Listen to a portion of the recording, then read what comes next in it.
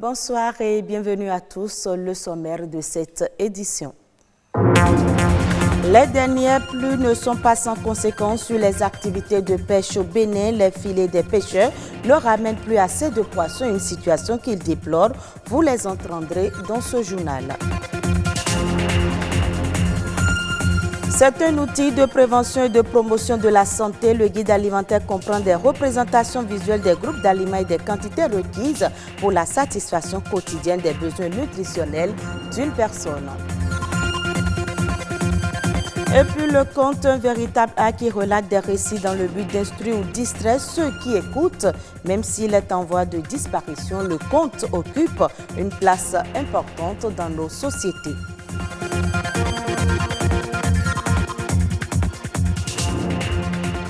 Merci de votre fidélité. La pêche artisanale tourne au ralenti au Bénin. Les pêcheurs ont des difficultés à capturer et des poissons. La longue saison pluvieuse de cette année n'est pas sans conséquences négatives sur leur activité. René Arossi et Stanislas Linkpon pour plus de précision. Peu de poissons pêchés après l'énergie déployée. Plus de 5 heures d'horloge durant, ces hommes ont tiré ce filet de la mer pour la terre ferme, mais la moisson contraste avec l'effort fourni. Visiblement, une déception pour les pêcheurs. La mer, il y a des temps, il donne. Il y a des moments, il ne donne pas. Mais lorsque la mer va donner, s'il y a beaucoup de la pluie dans la mer, ça ne profond pas beaucoup de poissons. Regardez cet équipage qui est là. Bon, tout ce qu'ils ont gagné, ce n'est pas rentable. Donc, on a eu une perte. Bon, peut-être l'essence, la ration, ce que nous allons manger, ça ne donne pas beaucoup. À l'origine de cette situation, la forte et abondante pluie de cette année, elle a fait augmenter le volume d'eau des lacs et affluents. Conséquence, le courant d'eau est devenu plus fort, comme ici, sur le lac Nokwe, ce qui complique la tâche aux pêcheurs. Depuis 5 heures du matin, je suis allé à la pêche. Actuellement, il sonne environ 11 heures, mais ça n'a pas été facile pour moi de pêcher un peu de poisson. Je l'ai vendu à 2500 francs, alors qu'entre-temps, je vendais par jour 5000, 6000, 7000 et même plus parfois. Dans le lac, le poisson ne manque pas. Le problème, c'est que le volume d'eau a connu une augmentation. Nous allons beaucoup pêcher lors de la décrue. Plaise à Dieu. Difficile aussi d'écouler le peu de produits ramenés de la pêche. Sur le marché, les acheteurs se font rares. Pourtant, ces vendeuses attendent des clients. Je n'ai qu'une petite quantité de poissons à vendre, mais les clients n'achètent pas sous prétexte que c'est cher. Or, la montée du niveau de l'eau met en difficulté les pêcheurs. Dans ces conditions, ça doit coûter cher pour nous tous.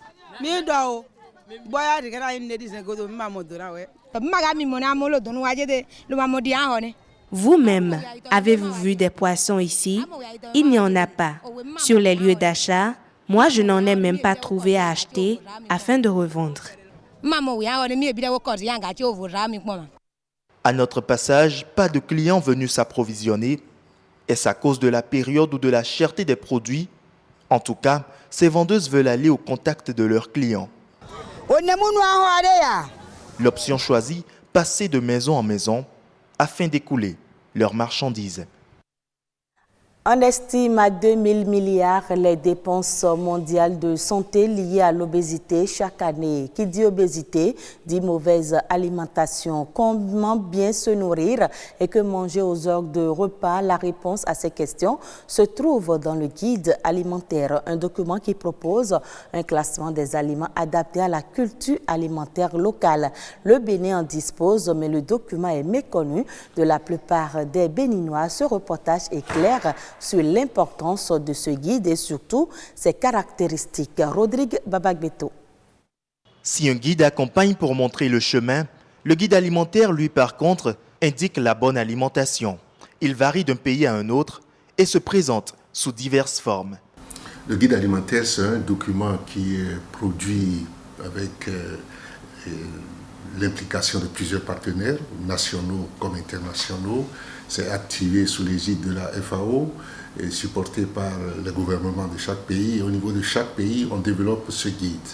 qui est un document propre à chaque pays dans lequel on retrouve les aliments du pays présents sur le marché, le territoire du pays, que l'on peut combiner pour apporter à l'organisme, selon l'âge, le sexe et selon le moment de la journée, les éléments nutritifs dont il a besoin pour fonctionner à l'optimum. Au Bénin, sa représentation visuelle originale fait référence aux cases d'Afrique, comme pour indiquer la forme que doit recouvrir une santé bien bâtie pour le Béninois. Puisqu'un organisme a besoin de 5 groupes d'aliments, chaque palier de cette case représente un groupe d'aliments. Et on recense les aliments disponibles, on les regroupe selon ces catégories, céréales, légumineuses, et protéines d'origine animale, légumes, fruits, et puis produits laitiers. Dans chacune de ces catégories, quels sont les aliments qui existent à chaque niveau du territoire national. Et maintenant, connaissant les besoins physiologiques des humains selon leur âge et leur sexe, quelle quantité de ces aliments ils doivent combiner pour apporter les éléments dont l'organisme a besoin. Autant de choses essentielles dont regorge le guide, mais leur ignorance fait cependant tache d'huile au sein de la population. Le guide alimentaire, ça correspond à chaque type de groupe sanguin. Un guide alimentaire, c'est un ensemble de menus alimentaires qui permettent quand même de s'alimenter, de se nourrir pour être en bonne santé. Le guide alimentaire du Bénin est le premier dans l'espace francophone ouest-africain. Cependant, son suivi n'est pas à la hauteur de cette place. On ne peut pas dire qu'il est suivi. Le guide a été élaboré en 2014. De 2015 à 2019, dans 1300 villages, chaque mois, des animatrices avec ce qu'on appelle des groupes d'assistance en nutrition, qui sont des groupes de volontaires dans les villages, essentiellement des femmes, mais également parfois des hommes. Ils sont formés au contenu de ce guide alimentaire, sur la discipline à observer dans l'alimentation du nourrisson et du jeune enfant. Des efforts certes louables, mais tant qu'il reste à faire, rien n'est encore fait. 32% des enfants de moins de 5 ans accuseraient un retard de croissance au Bénin, une prévalence plus élevée en milieu rural. 11% des femmes de 15 à 49 ans sont maigres et 26% d'entre elles sont obèses.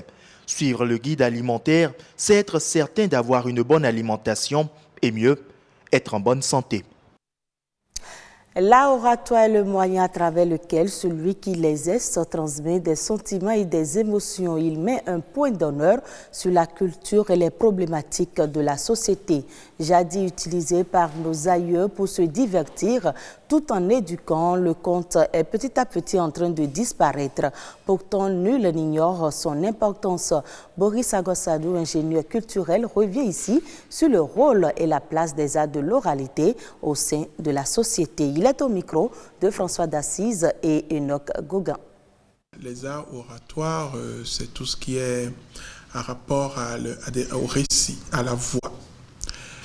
C'est l'art de communiquer, de transmettre, n'est-ce pas, une conviction, une idée, à travers la voix, à travers les gestes, à travers les émotions. Après, la colonisation faisant son chemin, Senghor, principalement, et toute une catégorie d'écrivains ont connu l'écriture, et ceux-là étaient les pionniers de la vraie oralité, parce que c'est eux qui ont transcrit, c'est eux qui ont remis ce que les anciens disaient, voilà, c'est eux qui ont mis ça dans des bouquins.